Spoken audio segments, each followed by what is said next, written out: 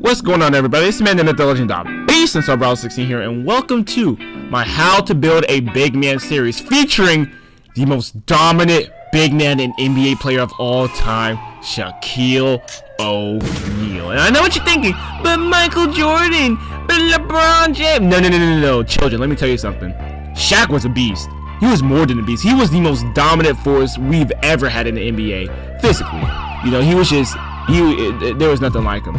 But you guys know that already. You guys don't have to look too far into YouTube's history to find him. But basically, to build Shaq, you know, if you're tired of just holding your nuts in the paint all the time, if you're tired of just running around screens and shooting threes as a stretch big, you know, Shaq is the way to go. He's a very traditional sitter in 2K, very easy to make. Now, you could put all your stats into the blue pie chart as you see on screen here. You know, you could do that, but there's no real benefit to it unless you want shot close and post hook, and that's more suited towards maybe a Kareem Abdul-Jabbar build. But if you want, you know, Shaq, you need to get physical, so I recommend doing the dual archetype for Hall of Fame badges on both defensive and physical badges and your athleticism badges. And obviously you want whatever gives you strength and speed. So for Shaq, I mean, he had both, thankfully. So looking at the stats, the most important thing to notice here about the build I'm going about is how I put everything I possibly could into finishing. Now, there's only about 3 badges you definitely need Hall of Fame. So, you know, you can sacrifice a little bit of points from your post hook if you want to add to your free throw for whatever reason. I mean, you don't have to do this one for one. The stats are really geared towards your badges. Now, obviously, some stats like standing dunk, you want to max out. You want to max out, you know, driving dunk as much as possible, close shot, interior defense, and things like that. But playmaking is not really too necessary. I mean, you want post moves because it's Shaq. You definitely want post moves. And a little bit of pass accuracy. I recommend having at least 3 badges in playmaking. And I know it sounds really really weird to say that, but it's definitely important. We'll get to the badge section in a minute. So as far as everything else goes, just make sure you have most of your badges into finishing and defensive rebounding or whatever. Shooting doesn't matter at all. And now you want the burly body type, obviously as big as possible. And then as for height, 7'1" doesn't really detract from too many attributes that you're using. And then you want to have max weight because you get +6 interior defense for only -3 driving dunk and -1 lateral quickness. That is a steal in my opinion. And then backed up with 95 strength, like hardly anybody should score on you. And then the wingspan, I mean, it doesn't really matter. I mean, you could go with Shaq's actual wingspan, but you know, for my player reasons, you want to go whatever gives you the most block and steal because you're not shooting with Shaq. As takeover, you know, doesn't really matter. You know, glass cleaner or rim protector, you know, both of them are really really good. I just went with rim protector just because I like playing defense. I mean, I'm pretty confident in my own rebounding, but again, this is just, it depends on your play style.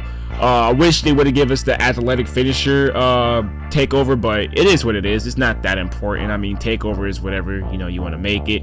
But once you do that, okay, you will have yourself a paint beast. Similarities of Shaquille O'Neal. So there's the proof right there. I mean, even though those sometimes aren't really accurate, I figured it's just meant it's worth showing you guys.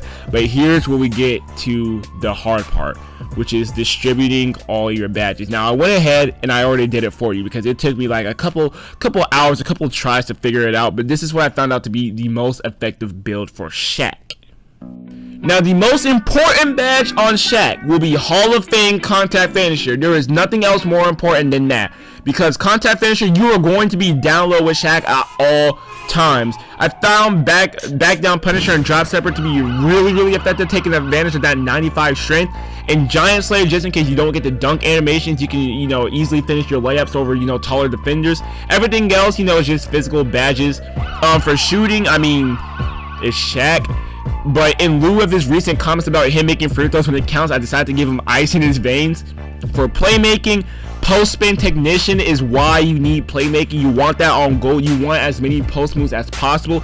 Everything else you can kind of mix around. You know, I gave him Dream Shake, Unpluckable, and Break Starter, but you know, you can easily upgrade one of those to silver or gold. I mean, just spread around those 4, but just have post spin technician on gold.